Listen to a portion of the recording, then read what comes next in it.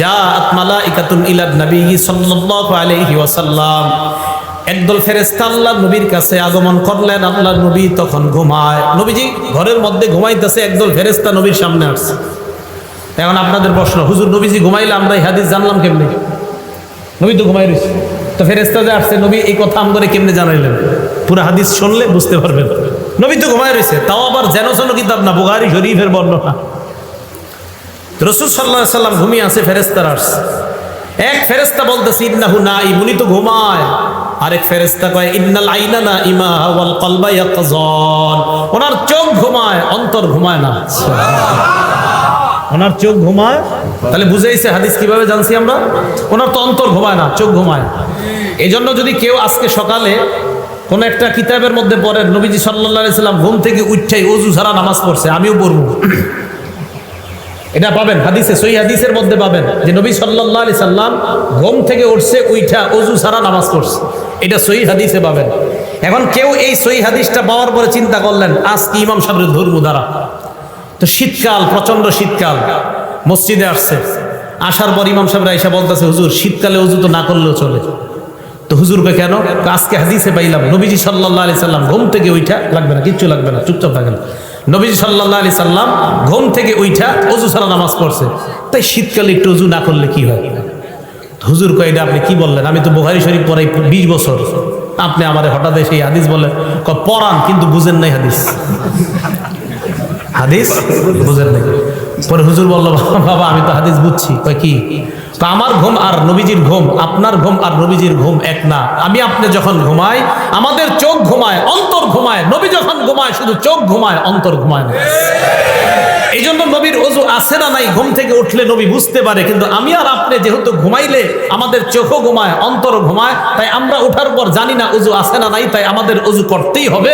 আর নবী ঘুম থেকে উঠার পর বুঝতে পারে ওনার ওযু আছে না নাই। ওযু না থাকলে ওনার ওযুর প্রয়োজন হয়, আর ওযু থাকলে ওনার ওযুর প্রয়োজন হয় না।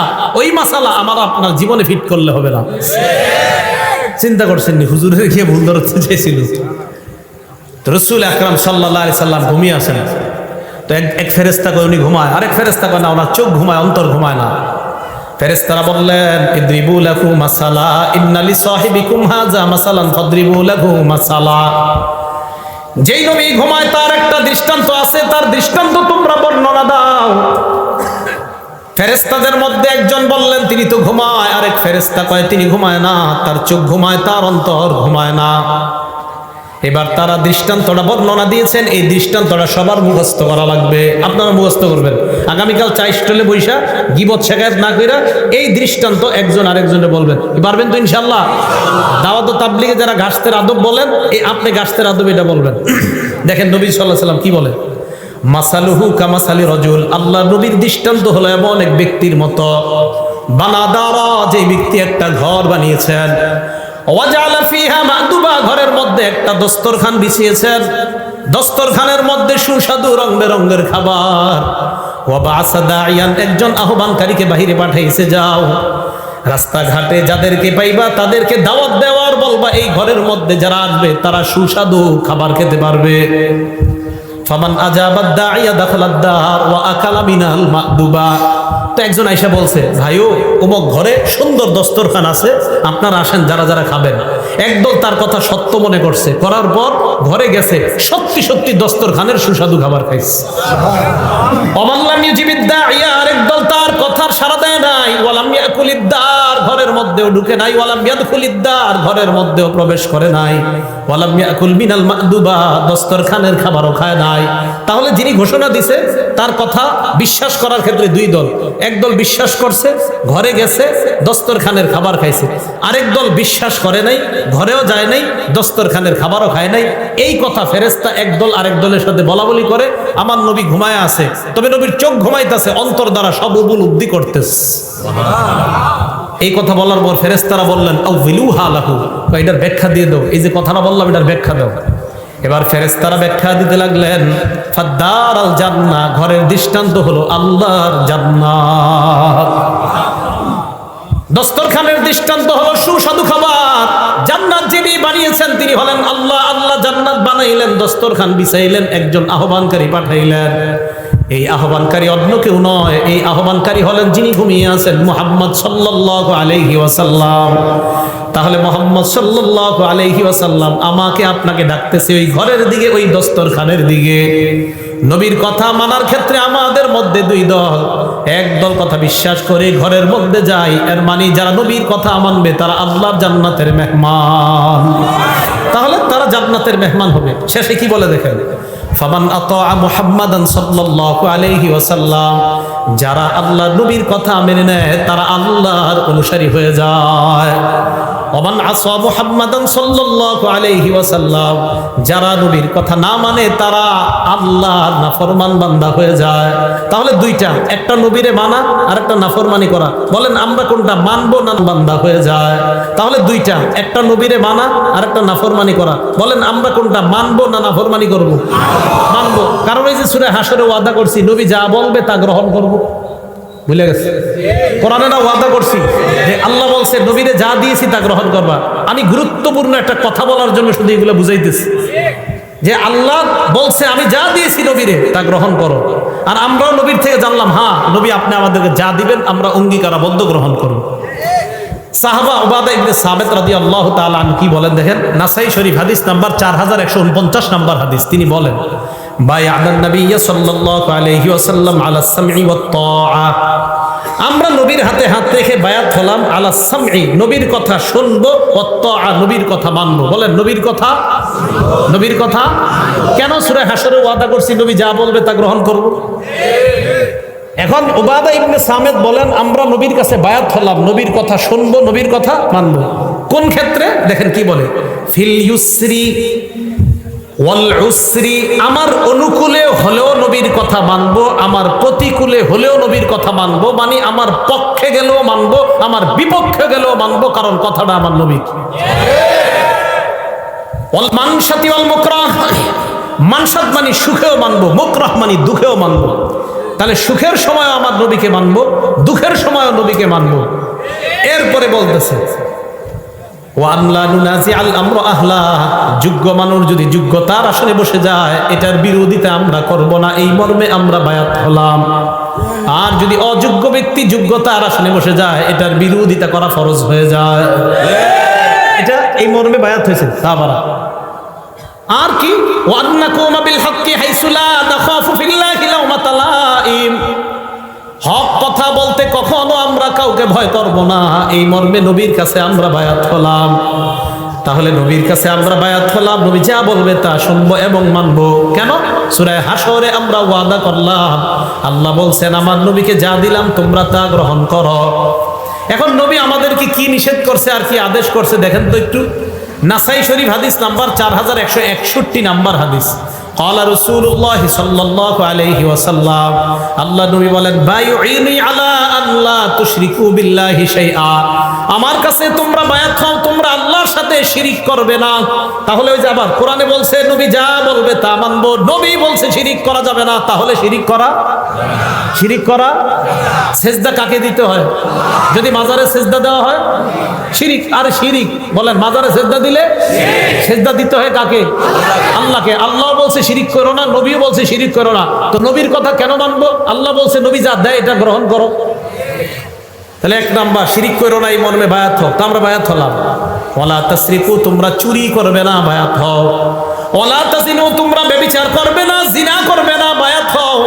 জিনা কারে কয়? মানে আমাদের মাথায় একটা এসে বলে যে জিনা মনে হয় ওইটা, না না, সহিহ বুখারী 6612 6612 নাম্বার হাদিস। ক্বালা রাসূলুল্লাহ সাল্লাল্লাহু আলাইহি ওয়াসাল্লাম ইন্নাল্লাহা কাতাবা আলা ইবনি আদম হাজ্জাহু মিনাজ জিনা আদরাকা যালিকা লা মাহালা, সমস্ত আদম সন্তান আমি আপনি আলেম জাহেল সবাইকে আল্লাহ জিনা নামক পরীক্ষা দ্বারা পরীক্ষা করবেন। এই পরীক্ষায় সময় পড়তে হবে ফাজিনাল লিসান আল মান্তিক, জবানের জিনা হলো কথা বলা। যেই নারীর সাথে দেখা দেওয়া হারাম, এই নারীর সাথে সরাসরি কথা বলাও হারাম। সরাসরি কথা বলা মোবাইলে, এটা আসতে হইলো বলো। যেই নারীর সাথে সরাসরি দেখা দেওয়া হারাম, এই নারীর সাথে সরাসরি কথা বলা মোবাইলে, হ্যাঁ জোরে বলেন, মোবাইলে। তাহলে জিনাল লিসান আল মান্তিক, মুখের জিনা হলো কথা বলা। ওয়াজিনাল আইনি আন নাজরু, চোখের জিনা হলো দেখা। চোখের জিনা দেখা। ওয়ান নাফসু তামান্না ওয়া তাশতাহি, রং নাম্বারে একটা মেয়ের সাথে কথা বললেন, বলার পর বালিশে মাথা লাগিয়ে চিন্তা করতেছেন না জানি মেয়েটা দেখতে কেমন। আল্লাহ নবী কয় অন্তরের জিনা করলা। এটা অন্তরের জিনা। এটা কিসের জিনা? অন্তরের জিনা। তো এই জাতীয় জিনা মনে হয় পুরো এলাকায়, স্মার্টফোন তো চালানি না, এটা হওয়ারও সম্ভাবনা নাই।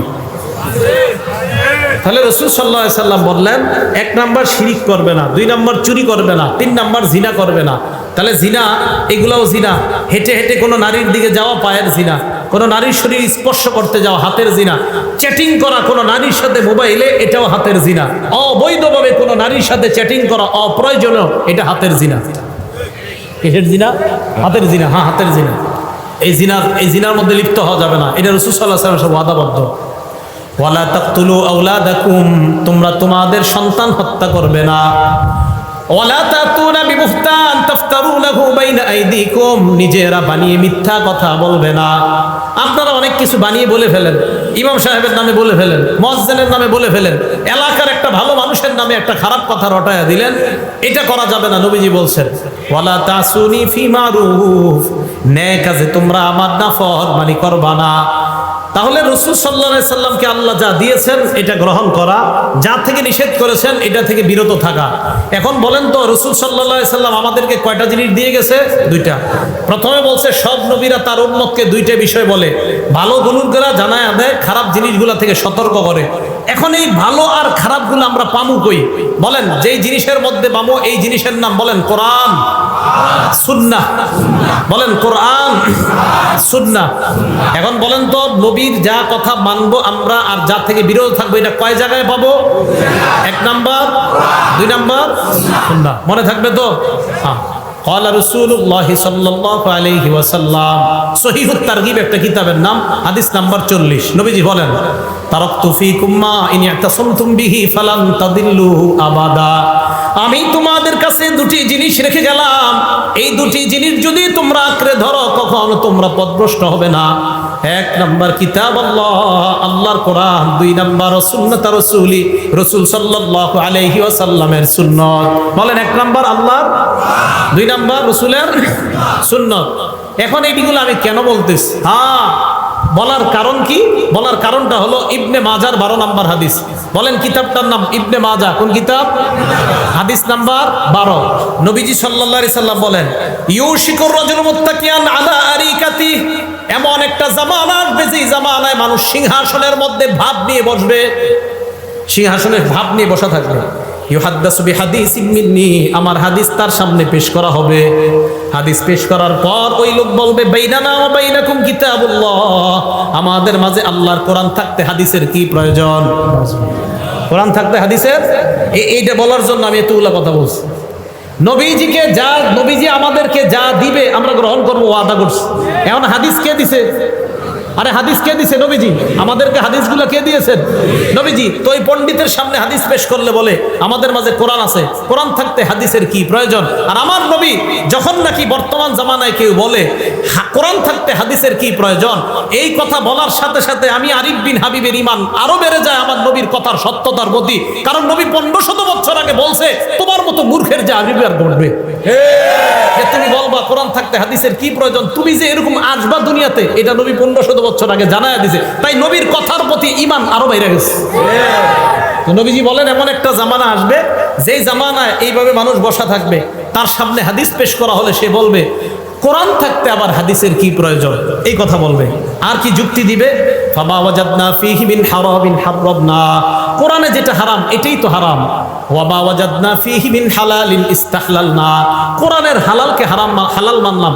আচ্ছা বলেন তো আমরা মুসলমানরা কোরআনের হারামকে হারাম মানি কিনা? কোরআনের হালালকে হালাল মানি কিনা?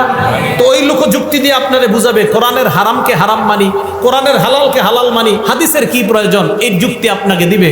তখন আপনি পাল্টা প্রশ্ন করবেন, ভাই কোরআনের মধ্যে আছে রুকু করো, কোরআনের মধ্যে আছে সিজদা করো, ইয়া আইয়ুহাল্লাযীনা আমানুর কাউ, হে ঈমানদারগণ তোমরা রুকু করো, ওয়াসজুদু সিজদা করো। কোরআনের মধ্যে নাই 4 রাকাত যোহর করো, এটা কোরআন। ফজর 2 রাকাত ফরজ, এটা কোরআনে নাই। আসর 4 রাকাত ফরজ, এটা কোরআনে নাই। মাগরিব 3 রাকাত ফরজ, এটা কোরআনে নাই। এশা 4 রাকাত ফরজ, এটা কোরআনে নাই। কোরআনে আছে নামাজ পড়ো, কোরআনে আছে রুকু করো, কোরআনে আছে সেজদা করো, হাদিসের মধ্যে আছে নামাজ এইভাবে পড়ো, হাদিসের মধ্যে আছে ফজর এইভাবে পড়ো। অতএব শুধু কোরআন আর শুধু হাদিস, একটা বাদ দিয়ে আরেকটা মানার নাম মুনাফিক মার্কা ইমানদার। তাহলে কোরআন হাদিস একটা বাদ দিয়ে আরেকটা না, উভয়টা।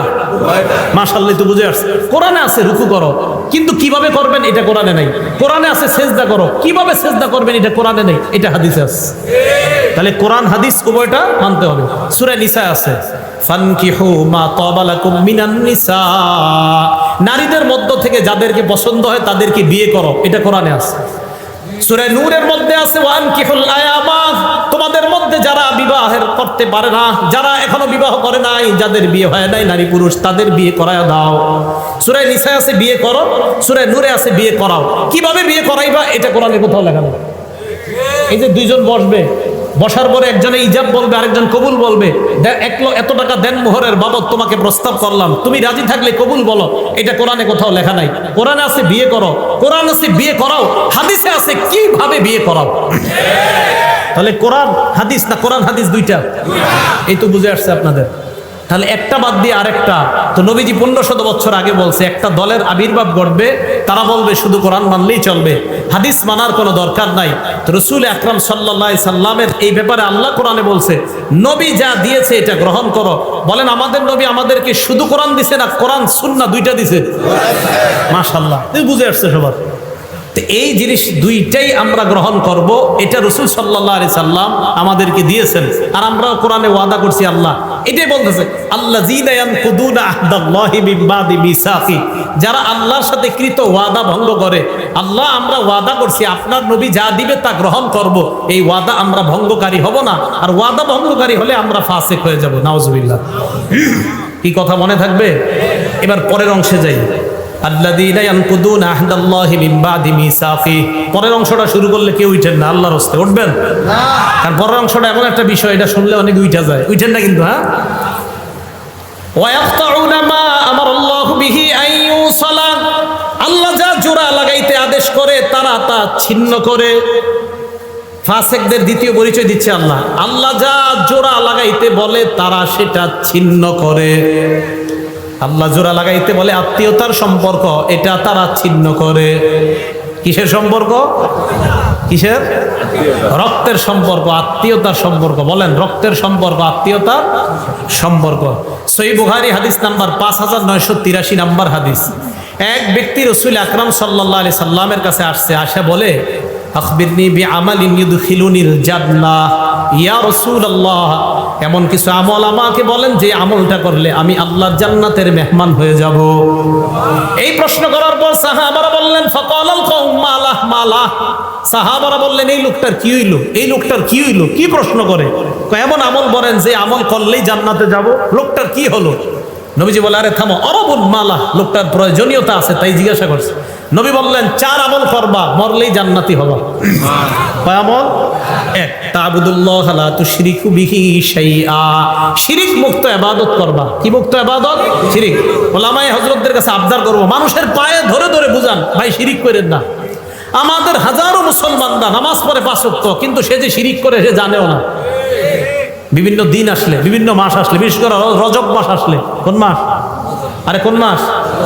সামনে তো এই পদ্মা ব্রিজ না, তো পদ্মার এই পাশে কিছুটা গ্রান আছে, আর ওই পাশে তো মাশাআল্লাহ কঠিন গ্রান। গ্রান মানে গন্ধ, বেদাতের গন্ধ। বেদাতের তো গ্রান হয় না, গন্ধ। কি হয়? গন্ধ। তো দেখেন 1 নাম্বার তা'বুদুল্লাহ, আল্লাহর ইবাদত করবা, শিরিক করা যাবে না। 2 নাম্বার তুকিমুস সালাহ, সালাত কায়েম করবা। 3 নাম্বার তুতিজ যাকাত, যাকাত আদায় করবা। 4 নাম্বার তাসিলুর রহিম, আত্মীয়তার সম্পর্ক জোড়া লাগাইবা। রক্তের সম্পর্ক জোড়া লাগাইবা, মারা যাইবা আল্লাহ পাক তোমাকে জান্নাতের মেহমান বানায়া দিবেন। তাহলে 4 নাম্বার রক্তের সম্পর্ক, 4 নাম্বার আত্মীয়তার সম্পর্ক। এটা আল্লাহ আদেশ করছে জোড়া লাগাইতে, এটা ছিন্ন করার আদেশ করে নাই। সহিহ বুখারী হাদিস নাম্বার 5984 নাম্বার হাদিস। এই হাদিসের মধ্যে আসছে قال رسول الله صلى الله عليه وسلم لا يدخل الجنة قاطع আত্মীয়তার সম্পর্ক ছিন্নকারী জান্নাতে প্রবেশ করবে না। রক্তের সম্পর্ক ছিন্নকারী জান্নাতে প্রবেশ করবে না। ঢাকা 10 তলা বাড়ি করছে, তার বোন ঈদের দিন মানুষের কাছে গোশতের জন্য বসে থাকতে হয়, তার আপন বোন অন্যের কাছে খাদ্যের জন্য বসে থাকতে হয়। ঢাকা বাড়ি আছে 5 তলা 6 তলা, ভাইয়ের বোন অন্যের দাঁড়ে দাঁড়ে গিয়ে হাত পাততে হয়। আল্লাহ পাক রব্বুল আলামিন বলছে সম্পর্ক জোড়া লাগাও, রক্তের সম্পর্ক জোড়া লাগাও। এটা ছিন্ন করে যারা, তারা ফাসিক। সহিহ বুখারী হাদিস নাম্বার 5985 নাম্বার হাদিস। قال رسول الله صلى الله عليه وسلم আল্লাহ নবী বলেন মান সাররাহু, যেই ব্যক্তি এটা পছন্দ করে, আইয়ুব সাতালাহু ফি রিজকিহি, কোন ব্যক্তি যদি চায় তার রিজিকের মধ্যে বরকত হোক। রিজিকে বরকত সবাই চান? 2 নাম্বার ওয়াইনসালাহু ফি ইসরিহি বা আসরিহি, কেউ যদি চায় তার হায়াতে বরকত। বলেন কয় জিনিসে বরকত? রিজিকে, হায়াতে। বলেন রিজিকে। যদি এই 2 জিনিসে কেউ বরকত চায়, নবী বলেন ফালইয়াসিল রহিমা, সে যেন রক্তের সম্পর্ক জোড়া লাগায়, আল্লাহ তার রিজিকে এবং হায়াতে বরকত দান করবেন। বলেন রিজিক আর হায়াতে বরকত দানের কয় উপায়? মানে না, উপায় একটা। রিজিক আর হায়াতে বরকত হবে একটা আমল করলে, রিজিক আর হায়াতে ভরপুর বেশি বরকত হবে একটা আমল করলে, সেটা হলো রক্তের সম্পর্ক জোড়া লাগাইলে। রক্তের সম্পর্ক জোড়া লাগাইলে রিজিকে বরকত হবে, হায়াতে বরকত হবে। এটা আজীব হাদিস শোনেন, সহিহ বুখারী হাদিস নাম্বার 5987 নাম্বার হাদিস। ইন্নাল্লাহা খালাকাল খালকা, আল্লাহ সৃষ্টি বানাইলেন, আসমান জমিন বানাইলেন। বানানোর পর হাত্তা ইদা ফারাগা মিনাল খালকি, আল্লাহ যখন সৃষ্টি থেকে অবসর হলেন, দেখেন কি কামাতির রহিম, রক্তের সম্পর্কটা আল্লাহর সামনে দাঁড়ায় গেছে। আরে আমি আপনারা কিন্তু সম্পর্কটা এটা কেমনে দাঁড়াইছে আল্লাহ জানে, দাঁড়াইছে। দাঁড়ানোর পর আল্লাহকে বললেন, আল্লাহ হাজা মাকাবুল আইজি বিকা মিনাল কাতিয়া, আল্লাহ রক্তের সম্পর্ক যারা ছিন্ন করে তাদের থেকে পানা চাওয়ার আপনি তো শ্রেষ্ঠ জায়গা, তাই আমি আপনার সামনে দাঁড়াইলাম। আল্লাহ বললেন আমা তারদাইনা আন আসিলামান ওয়াসালাক, তুমি কি সন্তুষ্ট না যারা তোমাকে রক্ষা করবে? আমি ওয়াদা করলাম, আমি আল্লাহ তাদেরকে রক্ষা করার ওয়াদা করলাম। রক্তের সম্পর্ককে আল্লাহ বললেন, ভাই ভাইকে যদি সম্পর্ক রক্ষা করে, ভাই বোনের সম্পর্ক যদি রক্ষা হয়, রক্ত আর আত্মীয়তার বন্ধন যদি রক্ষা হয়, আমি আল্লাহ ওই ব্যক্তিকে রক্ষা করব। এরপরেরটা কি কইছে? ওয়া আক্তা মান কাতাআক, তোমাকে যারা ছিন্ন করবে আমি আল্লাহ তাকে ছিন্ন করব। আত্মীয়তার সম্পর্ক যে ছিন্ন করবে আমি তাকে ছিন্ন করব। আল্লাহ আমাদের সকলকে আত্মীয়তার সম্পর্ক জোড়া লাগানোর তৌফিক দান করেন। অনেকে প্রশ্ন করে, হুজুর আমার আত্মীয় যদি আমার সাথে খারাপ ব্যবহার করে আমি কি করব? করে না? জবাব আসতেছে, আগে শুনেন। সহিহ বুখারী হাদিস নাম্বার 5990 নাম্বার হাদিস। قال رسول الله صلى الله عليه وسلم আল্লাহ নবী বলেন ওয়ালাকিন লাহুম রাহিমুন আবুল্লু বিবালালিহা, নবীজি বলেন আত্মীয়তার সম্পর্কের একটা রস আছে। আত্মীয়তার সম্পর্কের যে রস, এই রসের মাধ্যমে এই আত্মীয়তার সম্পর্ককে আমি প্রাণবন্ত করে রাখি, সজীব করে রাখি।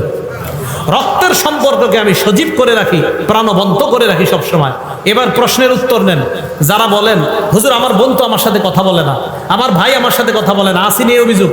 হ্যাঁ, এখন তাদের অভিযোগের জবাব নবীজি দিয়ে দিছে, আমি কি দিব? সহিহ বুখারী হাদিস নাম্বার 5991 নাম্বার হাদিস। ক্বালা রাসূলুল্লাহ সাল্লাল্লাহু আলাইহি ওয়াসাল্লাম, আল্লাহ নবী বলেন লাইসাল ওয়াসিলু বিল মুকাফি, কয় শুধুমাত্র আমি আমার ভাইয়ের সাথে সম্পর্ক জোড়া লাগাইলাম এটার নামে আত্মীয়তার সম্পর্ক রক্ষাকারী এমন না, এটা তো আত্মীয়তার সম্পর্ক রক্ষা হচ্ছেই। নবীজি বলেন প্রকৃত আত্মীয়তার সম্পর্ক রক্ষাকারী ওই ব্যক্তি, ওয়ালাকিনিল ওয়াসিলুল্লাযী ইযা কুতিআত রাহিমুহু ওয়াসালাহা, নবী বলেন প্রকৃত আত্মীয়তার সম্পর্ক রক্ষাকারী ওই ব্যক্তি, যখন আত্মীয়তার সম্পর্ক কেউ ছিন্ন করে ওই ব্যক্তি আগে বেড়ে সেটাকে রক্ষা করে। আপনার বোন আপনার সাথে কথা বলে না, বাস না বলুক, আপনি আত্মীয়তার সম্পর্ক রক্ষা করেন। আমি আপনাদেরকে একটা বাংলা বলে যাই, আপনি দেখবেন আপনার ভাইয়েরা বোনেরা আপনারে ঠকাইতেছে, আপনি বুঝতেছেন, এরপরেও আপনি তাদের সাথে সুন্দর সম্পর্ক রাখতেছেন কেন? যে নবী বলছে আত্মীয়তার সম্পর্ক ঠিক রাখতে। আপনি দেখবেন 2, 4, 5, 10 মাস পরে আপনি খোঁজ নিয়ে দেখবেন তাদের সবার চাইতে আপনি ভালো আছেন। দেখেন, যদিও আপনি বাহ্যিকভাবে দেখতে একটু হেরে যাচ্ছেন, বাহ্যিকভাবে আপনি একটু ফেল হয়ে যাইতেছেন, তাদের চেয়ে দেখা যাচ্ছে আল্লাহ আপনাকে ভালো রাখবে। এই কথা মনে রাখেন।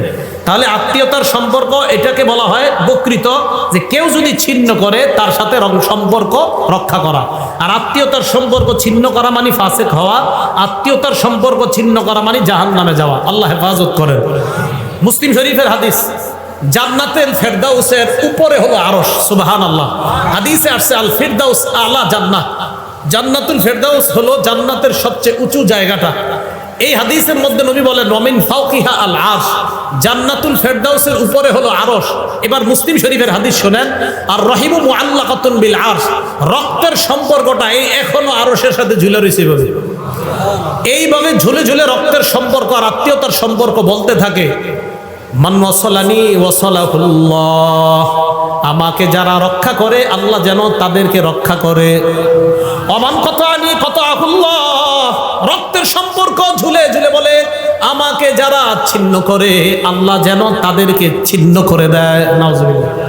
রক্তের সম্পর্ক আরশের সাথে ঝুলে ঝুলে বলে আমাকে যারা রক্ষা করে আল্লাহ যেন তাদেরকে রক্ষা করে, আমাকে যারা ছিন্ন করে আল্লাহ যেন তাদেরকে ছিন্ন করে। আল্লাহ আমাদের সকলকে রক্তের সম্পর্ক রক্ষা করার তৌফিক দান করে। আবু দাউদ শরীফ হাদিস নাম্বার 4902 নাম্বার হাদিস, নবীজি সাল্লাল্লাহু আলাইহি সাল্লাম বলেন, মা মিন আজদারু আইয়ু আজ্জিলাল্লাহু লি সাহিবিহিল উকুবাতা ফিদ দুনিয়া ওয়া মা ইয়াদখিরু লাহু ফিল আখিরাহ মিসলুল বাগী ওয়া কাতিআতির রাহিম। রাসূল সাল্লাল্লাহু আলাইহি সাল্লাম বলেন, কোন অপরাধ এত ভয়ঙ্কর না, রক্তের সম্পর্ক ছিন্ন করা এত ভয়ঙ্কর অপরাধ। আত্মীয়তার সম্পর্ক ছিন্নকারীকে আল্লাহ দুনিয়াতে তো শাস্তি দিবেই, আখিরাতেও যে তার জন্য কি ভয়ঙ্কর শাস্তি আল্লাহ প্রস্তুত করে রাখছে, অন্য কোনো অপরাধের জন্য এত ভয়ঙ্কর শাস্তি রাখছে কিনা নবী বলে আমার জানা নাই। এই অপরাধের জন্য আল্লাহ যেই পরিমাণ শাস্তি আল্লাহ প্রস্তুত করে রাখছে। তাহলে আত্মীয়তার সম্পর্ক ছিন্নকারীকে দুনিয়াতেও শাস্তি দিবে, আখিরাতেও শাস্তি দিবে। আবু দাউদ শরীফের হাদিস। সহিহ বুখারী হাদিস নাম্বার 6138 নাম্বার হাদিস। বলেন আল্লাহরে বিশ্বাস করি কারা কারা? হাত উঠায় রাখেন। বিশ্বাস করি সবাই? তাহলে হাত উঠায় হাদিসটা শুনেন। ক্বালা রাসূলুল্লাহ সাল্লাল্লাহু আলাইহি ওয়াসাল্লাম, মান কানা ইউমিনু বিল্লাহি ওয়াল ইয়াউমিল আখির, রাসূল সাল্লাল্লাহু আলাইহি সাল্লাম বলে যে আল্লাহ বিশ্বাস করে, করি তো, এবং আখিরাত বিশ্বাস করে, করি, ফালইয়াসিল রহিমা, সে যেন আত্মীয়তার সম্পর্ক রক্ষা করে। হাত উঠায় রাখেন। আত্মীয়তার সম্পর্ক রক্ষা করা মানে আল্লাহরে বিশ্বাস করা, আত্মীয়তার সম্পর্ক রক্ষা করা মানে আখিরাত বিশ্বাস করা। তাহলে আমরা আল্লাহ মানি, আখিরাত মানি, তাহলে রক্তের সম্পর্ক ছিন্ন হয়ে থাকলে তার সাথে রক্তের সম্পর্ক জোড়া। আল্লাহ তৌফিক দান করেন। ভাই কথা বলে না, আপনি আগায় কথা বলবেন। বোন কথা বলে না, আপনি আগায় কথা বলবেন। আপন ভাই ভাইকে 40 বছর একজন আরেকজনের চেহারার দিকে তাকান, কত বড় ভয়ঙ্কর কথা। বাবা চাচার সাথে কথা বলে না দেখা ভাতিজাও চাচারে সালাম দেয় না। আরে এটা কেমন কথা? আপনার বাবা আর চাচার মধ্যে একটু দ্বন্দ্ব হয়েছে, এটা ভাই ভাইয়ের অভিমানের ব্যাপার। আপনি ভাতিজা চাচারে দেখলে সালাম না দিয়ে আরেক রাস্তায় কিভাবে যান?